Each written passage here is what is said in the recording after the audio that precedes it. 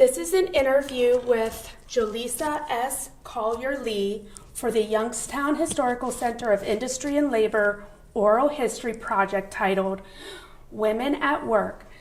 The interview is being conducted at the Youngstown Historical Center, known as the Steel Museum, on February 27th, 2023. My name is Susan Lowry. Hi, Jolisa. Welcome. Hello. How are you today? I'm fine. How are you? I'm doing all right. That's good. All right, so I have some introduction questions, and then it'll flow right on in. Mm-hmm. Where did you and your family live when you were growing up? My mom, I started off at 3193 Oak Street Extension here in Youngstown, Ohio. I moved around a lot as a little kid. After my mother's mother passed, I moved from Columbus into Atlanta, and then after Atlanta, I moved back here and lived on the south side with my father's parents on Rush. Okay. So, And where did you go to school? I went from Mary Haddle, started that. I went there until about third grade. Then from Mary Haddle, I moved to Columbus, and I went to Oakmont Elementary in Columbus. Spent most of my fourth grade there. Then I moved to Atlanta, and I went to school down there. I can't remember. I remember my middle school was Campbell Middle School. And I went to sixth grade. I started at Wheeler and then went to Campbell. And those are the two schools I remember being in Georgia. Mm-hmm. Yeah, then after I left Georgia, after my seventh grade year, came back up here and went to, which was Eagle Heights, which was also known as South High School before they closed it. And then it changed to Eagle Heights. I went there eighth grade, and then I went to Mooney for high school. Oh, okay. Mm-hmm. And what year did you graduate? 2006. 2006. Mm-hmm. And what did your parents do for a living? My mom had a lot of different jobs. My dad, I remember him working at the tire place NTBW out there, and then he became a police officer. Really? Mm-hmm. Oh, how wonderful. Here in Youngstown then? Mm-hmm. Okay. And your mom had different jobs, like, was it more retail, fast food, or did she work in an office? She did retail, and I know she did customer service, answering phones. Now she's a phlebotomist, so she draws blood now. Oh, how wonderful. Okay. Mm-hmm. Was there ever a time that she stayed at home? No, she was always working. Mm-hmm. How many siblings was there? Just me and my sister. Just two of us, yeah. I see. How about, what was your very first job, whether it was in high school or out of high school? Like actual tax-paying job? Yeah. Tax-paying job was Arby's, and I got fired. It was Arby's, and I got fired because of a safety violation. I didn't have the proper... Wow. I had one safety glove on and 9. I cut my finger. Wow. And once I cut my finger... That was it? Yeah. They didn't give you any kind of warning or anything? That's kind of odd. Well, when you get interviewed for the job, you're supposed to read the safety manual. Oh, and you're supposed to, I was young and immature, so Yeah, I hear you. I, didn't fall. And it was on 4th of July when I cut my finger. Oh, my gosh. Yeah. We've all had those moments. I know I've been fired too, and it doesn't feel good, but you learn, you grow, and you move on. Oh, how about out of high school or college? Out of college, actually during college I worked. Spent most of my time working for E.J. Thomas Performance Hall. Was basically like a secretary there. I enjoyed it because I got to, because once you're a student working, you can get, student discount for going to see concerts. So I got to see Michael Dyson, Cornel West, Angela Davis. I got to see them speak. I also got to see concerts, music concerts. I got to see Dwele. I got to see Kobe Calais. I got to see a lot of cool artists. Yeah. And you said that was E.J. Hall? E.J. Thomas Hall. Yeah. Thomas Hall. Okay. And then you worked here at the museum. Right? What year was that? Okay. I came back after I graduated in 2011 from Akron. Oh, okay. Oh, good. That's a good question. You went to Akron first? Okay. Went to the University of Akron. After I graduated there, I was trying to get into grad school, and that was kind of hard. It was really, really hard. But luckily, somehow I got in here, got in the program, and I think that was 2012. And first, I was interning at the Arms Museum under the archives under Miss Spees. Oh, yes. And I was working with her, and actually I was bouncing between both places. Oh, wow. Okay. And wait, let me go back. Let me retract that, because I just thought about what I said. Okay, I did work there. Yes, I worked here. Let's see. I graduated 2011 from Akron. I did a summer internship here first. Okay. And it was for my, I think, Intro to Public History class. I can't remember exactly what class. I know it was my history class, but I did my internship here, and that's when we did the pamphlet collection. That was 2010. Okay. So I worked from, I think, May until August when I had to go back. Yeah. I see. So. And by the way, too, when you went to Akron, what did you study there? I studied history. Oh, okay.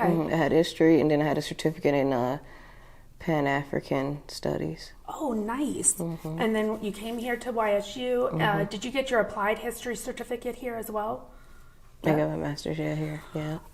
So now, though, where are you working?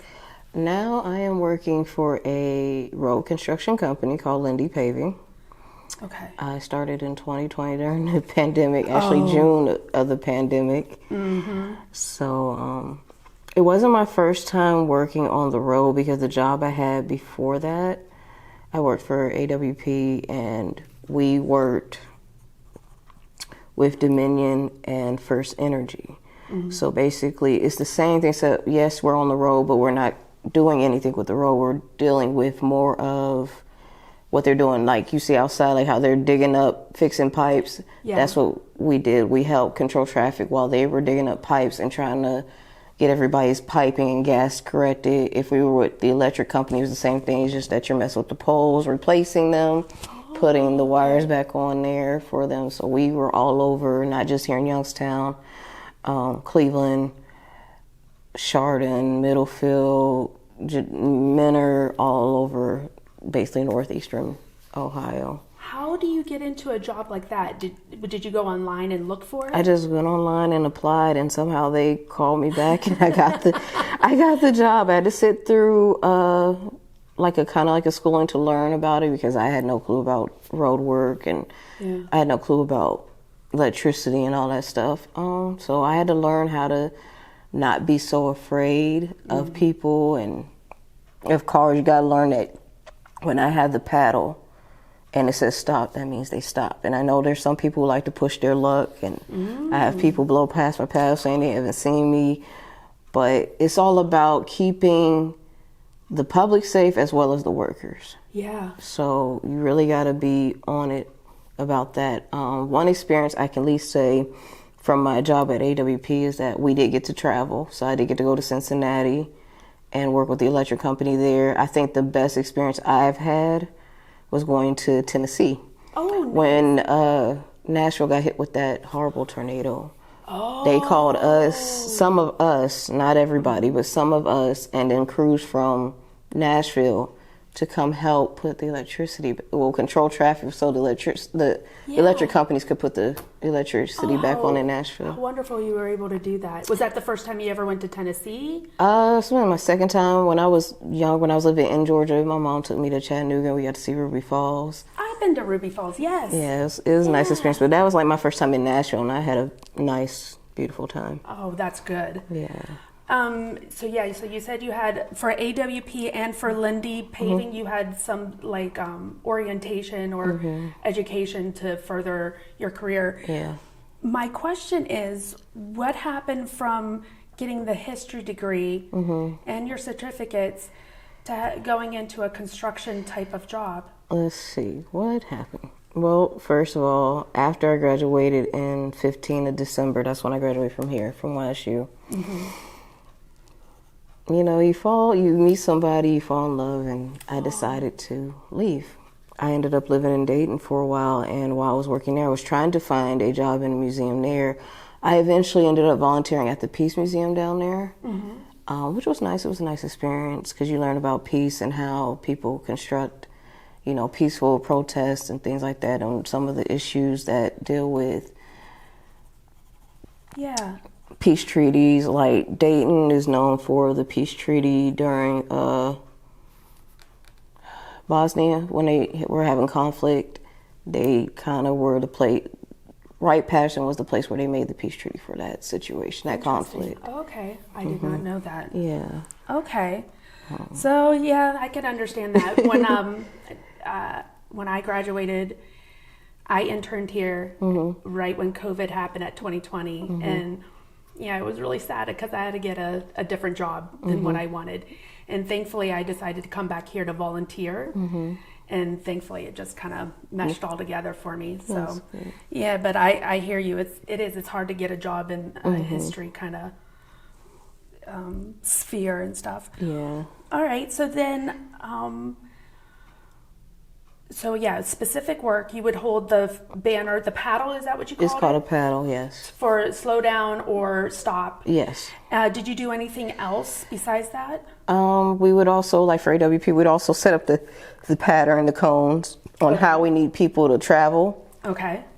So like if we're in a 4-way lane and we need maybe one lane, we will set our cones up to push everybody to just one lane and go this way. If we're in a 2-way, we just basically have to set up a pattern where we have to set where traffic can flow one way. We'll have one side stop and let the traffic flow for a minute, then we'll stop them, yell to on our radios, tell the person the last car, and then they tell us they're sending traffic. We let them, they tell us the last car, and that's how it goes, kind of like a back and forth, like a ping pong. Yeah, so it's very important, that communication too. Yes, you have to be very, very careful because if you're not, you can get in accidents. And then we also have to hear out for emergency vehicles. When they come, we both have to stop traffic because of the fact that the emergency vehicles need to get through, whether that's a fire. And actually, I got a story about that. Okay. When I worked with AWP, it was out in East Palestine. I think that's where we were. I was controlling traffic for Dominion. We were with a small contracted company, and a house caught on fire. Like right next to where you guys were? I was actually standing right in front of that house. Oh my gosh. Where they caught on fire. Yeah. Oh, how interesting. And it had nothing to do with you guys, did no, it? Because you said Dominion. Yeah, it was Dominion, but it had nothing to do with us. But it was just so crazy because I'm standing there, I'm smelling smoke. Now I know the house across was, had their fireplace going. So I'm thinking it's them. I look up and there's a gray cloud over this house. Oh my land. And we see these two people coming out saying, "Help us, help us." I had to call 911 and oh my goodness. They had to come get, stop the fire. Luckily, the children weren't there. But the couple, they were safe, but it was the fact that they lost all their stuff. Oh, that's terrible. Yeah. Oh.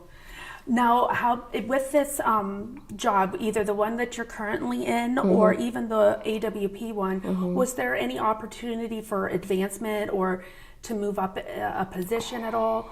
And if so, was it because you needed maybe more skilled training? For advancement for AWP, it was more like you probably need more training because you got to go to ASATA, which is ASSATA. So basically, it gives you all how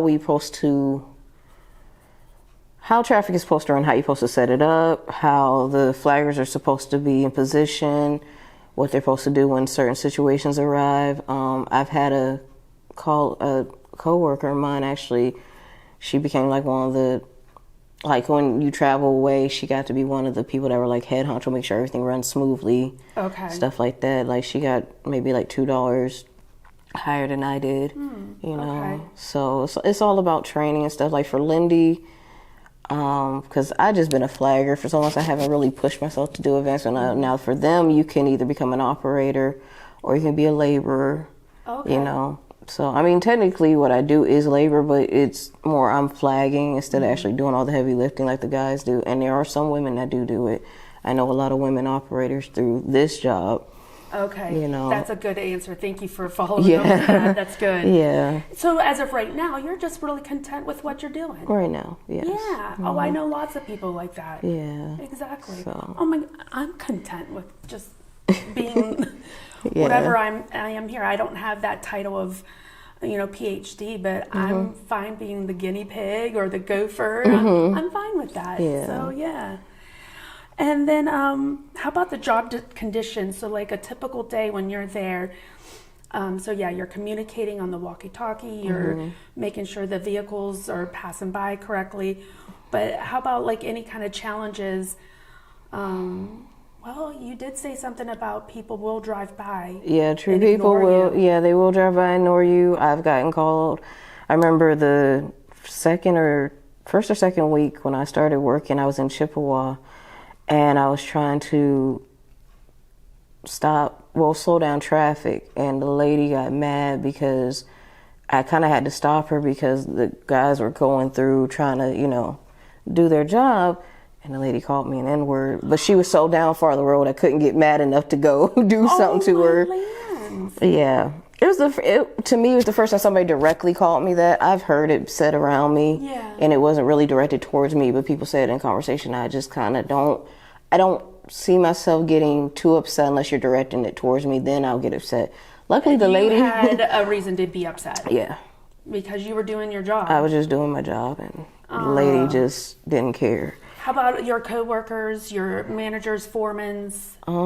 They just said, Dave's like, I know that upsets you, but Dave's like, she's already down the road. There's not much you can do about it, which is true, because once they get, they're in your cars, you can't chase them, because that's a danger to you and everybody else. Right. So, I was upset, but I brushed it off because I was like, I got to do this. This is my job, so I'm just going to, Yeah. I mean, sticks and stones may break my bones, but words, yeah, they hurt, but they ain't gonna hurt me forever. So okay, that's a good way of looking at that. Yeah. But then, how about with your? And you don't think I don't think about it when I see the flaggers. I don't think about people yelling out the window at you guys because. You're doing your job. You're protecting us. Oh, I've gotten yelled out the window so many times. I didn't last year. I was on 80 and I was slowing everybody down because on the highway's a different beast. You cannot stop because you can cause a severe accident. And if you do, that's on you. Oh, wow. So you have to slow down. Yeah. Well, the truckers were slowing everything up and everything, and I'm just slowing people down just so that my guys can get in and out. If they need to get out into traffic, I need to slow everybody down so they can get safely out and do what they got to do and come back. Well, this one lady pulled all the way up on me and just was like, why did this and why are you holding no traffic? I'm like, because we're sitting here creating, holes so we can refill them so we can get this road paved the way it needs to be. I done got yelled at, but then I've also for every yelling and screaming match, you do get nice people where people hand you water like, oh, it's so hot. They'll give you pop, people give you candy because they know you're standing there all day. So they try to be as kind as they can and understanding and empathetic. And it's so funny when they get behind somebody who's impatient and blows through a paddle, they be like, that person just didn't get that it said stop, So it's like, really neat that you get that kind of encouragement. Yeah. How about going back to your foremans though too and your coworkers. Yeah. How are your relationships with them? Everybody's pretty cool. They definitely are strict about making sure we keep our head on a swivel because you have to. Because you don't know what people will do when they're on the road, especially if they're trying to get somewhere. Older people scare me because it's mainly because they can't see. So if they really can't see you, and they pull right up on you, you'd be like, whoa, stop. They'd be like, well, I didn't see you. And then I have to be like, well, where's your daughter? Where's your son? Where's your relative, neighbor, somebody to drive you? Because older people don't realize that even though, yes, you can drive and that's a blessing to do that, you still have to be able to see us. And, sometimes when they can't see, especially at night, it can get a little dangerous. You use the word swivel. Is that just meaning just keep your head, make sure you turn it left or right, making sure you look, behind you from the side. Okay. Because it all depends, especially if you're in an intersection, you definitely got to be careful because you have one person here, you have one person here, one person here, one person here, and you have to communicate and get the traffic flowing so that we won't be in the way, so that they won't be in the way of the guys, especially if they're in the middle. We might have to freeze all traffic for for however long, like an hour or so, depending on what they're doing. Mm-hmm. I see. I remember the first time I actually got on a main highway, and this was before I started at Lindy, it was at AWP. And the job that I was at, I wasn't supposed to be on because when you're new, you're not supposed to do prevailing wage jobs. And that's what highway work is. When you're with a smaller traffic company, they call them prevailing wage. We were in Streetsboro and Aurora, and I was there for like almost a week.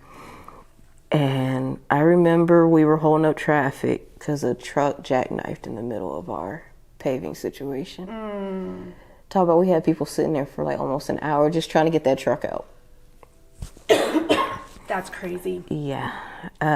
Well, that makes sense. So you're not normally supposed to be doing those prevailing wage jobs. Was it because of COVID and they were shorthanded? It was not not for Lindy, but for AWP. Oh, I'm sorry. Yeah. Yeah, for AWP, they had a certain rule, like you had to be like of a certain how many years to do that job. Yeah.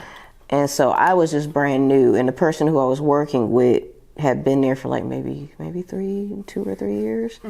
So he had the right to do it, but because I was new and I was learning from him, they put me on a job with him. I see. So the issue was that I wasn't supposed to be there because I was new, I was green, and I didn't earn that right to be on a prevailing wage job.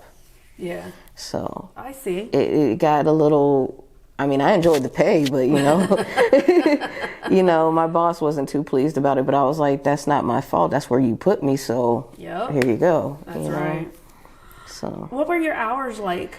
For AWP, we worked until Dominion was done. Sometimes we would work at night, and if we worked at night, we had our night one. Same with Lindy. Now, Lindy, I can work 16 hours. I didn't pull 16 hours a day?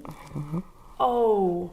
I've pulled so many crazy hours in the past 2 years. I'm wondering how I'm still not losing my marbles. I thought 11 hours on Friday was a long day, but I can't imagine. Last year I worked Saturday and Sundays. Oh. So it all depends. Yeah. And we always have like after 16 hours, somebody will come and trade us in, or sometimes not. Sometimes the job will just be done there, but it all depends. And I've heard from guys who used to be flaggers and then become laborers and operators, they said we've done some crazy hours where they were going to keep going until the next day, and then they finally get to go home. So, I mean...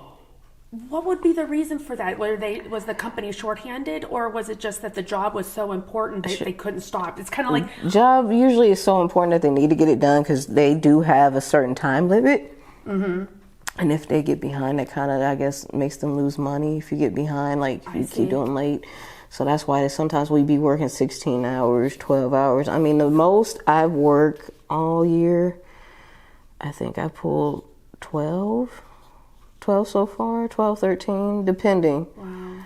But I mean, I've pulled 16, I pulled 17. I've done a lot. Goodness. And there's no regulation for that? Like, do you have a union that... Yeah, we do have a union. I'm part of Pittsburgh's union. Oh, okay. Yeah, so we do have a union, but, we work until they tell us to. I see. So. Do you get holidays off? During like Christmas and Thanksgiving, yeah, we get Thanksgiving off, Christmas off. It depends, because some jobs, like if like Pittsburgh's former Dominion, which would be like People's Gas, if they need us for them, they will send us out there towards them. I see. But on like Easter, yeah, I mean, because usually Easter's on a weekend anyway. Yeah. Usually that's Sunday, so we really don't work too many Sundays. Okay. 4th of July, yeah. It just depends, yeah. Okay, so it depends, but I see. And then, let's see here. Well, you might not have had to, because you're still kind of new to the job, but how about any kind of strikes? I have not experienced a strike yet. Or any kind of grievances? As far as like people complaining about us? Yeah, that or vice versa. Maybe you had a grievance towards somebody. I haven't had too much of a grievance towards anybody, but I know people have grievances towards me and other coworkers about, people argue with you. Like when you stop and they'll argue with you and we argue back and we're not supposed to. Oh, I see. So I've had some people say I wasn't very nice or I had an attitude. And usually my attitude comes out when I'm frustrated. Like especially if you're not, you're not paying attention to my son or my paddle. You're frustrating me, and I'm trying to keep you safe. And then we got to go on this ongoing back and forth, and it's like, oh my God, please just go. Well, how about with you being a minority then? Do you think that any of that is instigated because you are a young black woman? I think honestly, is probably a possibility of that because I'm a woman too, you know, double minority. So, I mean, you know, because most of the flaggers majority of us are women, you know. And then most of the guys who do flag with us, they sometimes switch off and become the actual laborers. So, you know. Now, you do have the opportunity to be laborers. You did say that, yes, right? Yes, I do. It just depends on me. And if they, you know, if my boss decided to ask, you know, if I want to cross over and be a laborer, I could tell them, yeah. And, you know, I don't know if I want to. I don't know. I'm still undecided on that part as far as right now. Is there a lot of women that do? There is? Okay. There is. I mean, there's some that labor, and then a lot of them usually want to go and be like, either they become the head traffic control manager, right, like you said earlier, or they can become operators. They can go to school and learn how to operate machines. Do you maybe foresee yourself doing that at all in the future? Or? I kind of want to do operating. My uncle does operating. Oh, okay. My uncles, actually my grandfather and my uncles were all laborers, and the company that I work for, I work with my uncle. So. Oh, okay. Is that how he was able to get you in? Okay. Yeah. And you end up enjoying it. Do you regret going to school and spending the money for loans and stuff? Yeah, I think my dad's ready to choke me at some point, but it's a joke. No, he's not. But, you know, I still enjoy it. It's so weird because now coming here and remembering, I'm like, dang, I miss all this.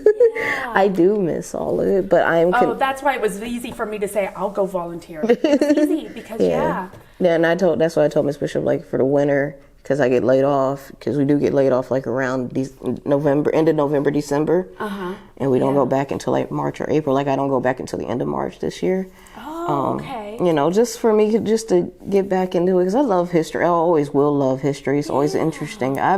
My first history experience, besides, you know, my grandpa being my grandparent, my dad's parents, you know, coming from the South, and them telling me about their experiences in Virginia.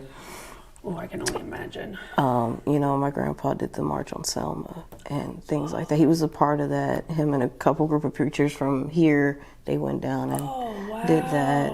You know, so my grandpa has done a lot. And I remember my first experience with museums and history. Like I've always gone to museums. I loved museums as a kid. But I think when I was in 5th grade and I was living in Georgia, we went to Birmingham. And we went to the Civil Rights Museum. And that kind of trickled me being more interested into history. And then 8th grade, when I came back here to Eagle Heights, I had a teacher named Miss Moore. And we did the kings and queens of England. I remember we did Catherine the Great. And I kind of was like interested in that. Yeah, you know, that's funny. I liked her too. Yeah. So what was the atmosphere like for you and the other women? How did the men treat you guys? Did they take you under their wing, or did they kind of? Most of them try to take us under their wing, try to make sure we stay safe. Really? You know, they're very protective. You know, that's wonderful. Yeah. Do you think that has anything to do with the Me Too movement right now, and just wanting they realize they need to be? I'm not sure, but I think it's way beyond the Me Too movement, because I've heard that there have been some men that crossed that line of no-nos, and you know, and then because my uncle is the operator, they don't mess with me, so they be like, no, we're not going to ever, you know, they don't want to deal with my uncle, so. You kind of have that little guardian angel there. And then like for the rest of the girls, they're mostly like protected. A lot of them form friendships, so they're all. That's pretty fantastic. cool. So you haven't had any kind of sexual harassment thing? Okay, so at Lindy, you're working with your uncle, but how about when you worked for AWP? Did you have any issues there? Not so much, no. No? All right, very good. So are you married at all? No. Any kids? No, okay. So do you live on your own, or do you live with your family? I live with my grandpa and my sister. Your grandpa and your sister. So I'm back at where when I introduced myself, I lived back at the old house on 3193 with my grandfather and my sister. Oh my goodness, really? Yeah. How about that? Mm-hmm. And so you just go to work, and so there's no, is there any, basically what I'm trying to gather here is the fact that, some married women or even divorced or maybe a single parent, they have certain challenges. So I am kind of digging here to see if maybe, even though you're a single woman with no children, you do live with family, is there any challenges there? Or is it hopefully just still positive and you just help make payments and take care of the household? And I just take care of the household, Yeah. I mean, my sister helps too. We all split the bill, so we all do that. And then for me, not only do I live there, I go to my grandma, who you'll eventually be interviewing. Yeah. I go and check on her. I just came from her house earlier this morning. So, I bounce around and just take care of everything. I think the only thing about when you do work like this type of job, it is kind of hard not to have a personal life. But you got to make do with what you do, because I see a lot of one thing coming into Lindy. Yeah. I see, I see people who, cut operators who've married laborers, and, they work it out some kind of way. I see. It's not often, but we do see that. And yes, you do have laws against doing that, but, okay. It happens It happens anyways, Well, that does kind of go into another question, though, about, taking care of your adult parents. So you are assisting your grandparents, though. So they live on their own right now still. Does that get challenging, having to be there for them at all? Oh, sometimes it does, but, because last year when my grandma had the stroke, it was kind of crazy. I was just... she had the stroke the day before, and I remember I was getting ready to leave to go to work, because I had lived in my apartment by myself for a bit.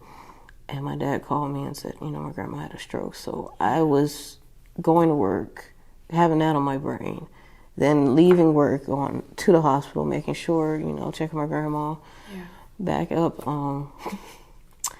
It even brings back memories of when my grandfather died, because after I had graduated from here, I lived in Dayton for a while, and like I said, I worked retail while I was down there, but I also did volunteer work at the Peace Museum.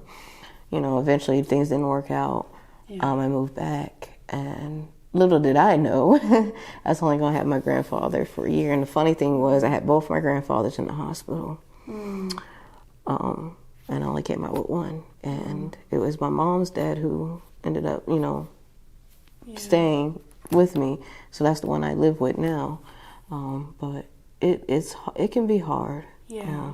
Because I'm my father's only child, but I'm my the oldest, because it's just me and my sister. But my grandpa has my mom's dad. It's 5 of them. Oh. Two live. My one uncle lives in Alabama, and then everybody else lives here. But my Aunt Carmela, she has her family, her husband, and her kids. My mom has me, and my mom just got married, so I just got her down the aisle last year. So my mom has her husband, and me and my sister, and then my uncles. They have their kids. So it's because Grandpa's by himself. Because my grandma died in '95. Oh, okay, yeah. So he got remarried and then divorced, but yeah.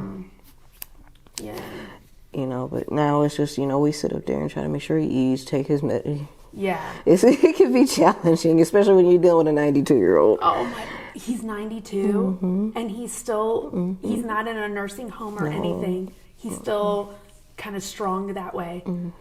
Do you think you'll ever have to put him in a nursing home? Lord forbid, no. I hope I don't ever have to. We're, as my mom said, we're trying. We don't know. Yeah. And Granddad still drives. He still does all the things he's supposed to. So, long as he does that, we're good. Yeah.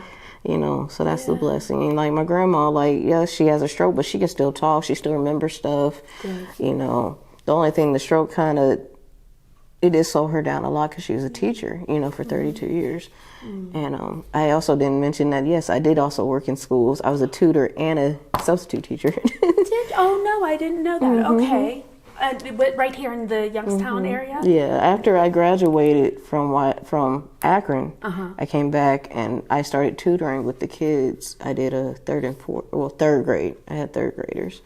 So, I was helping them. I actually enjoyed it because the kids were, fun. And I like more one-on-one. Yeah. I think substitution kind of got too much because it was like, I got the whole class and there's too many attitudes. And yeah. Well, that was going to be a question of mine. When you subbed, was it still third graders or was it a different I did all grades. All grades. Yeah. Was there any kind of challenges there? Yeah, it's a lot. Because, kids are kids, and then it all depends on how they were raised and whatnot. It could get difficult.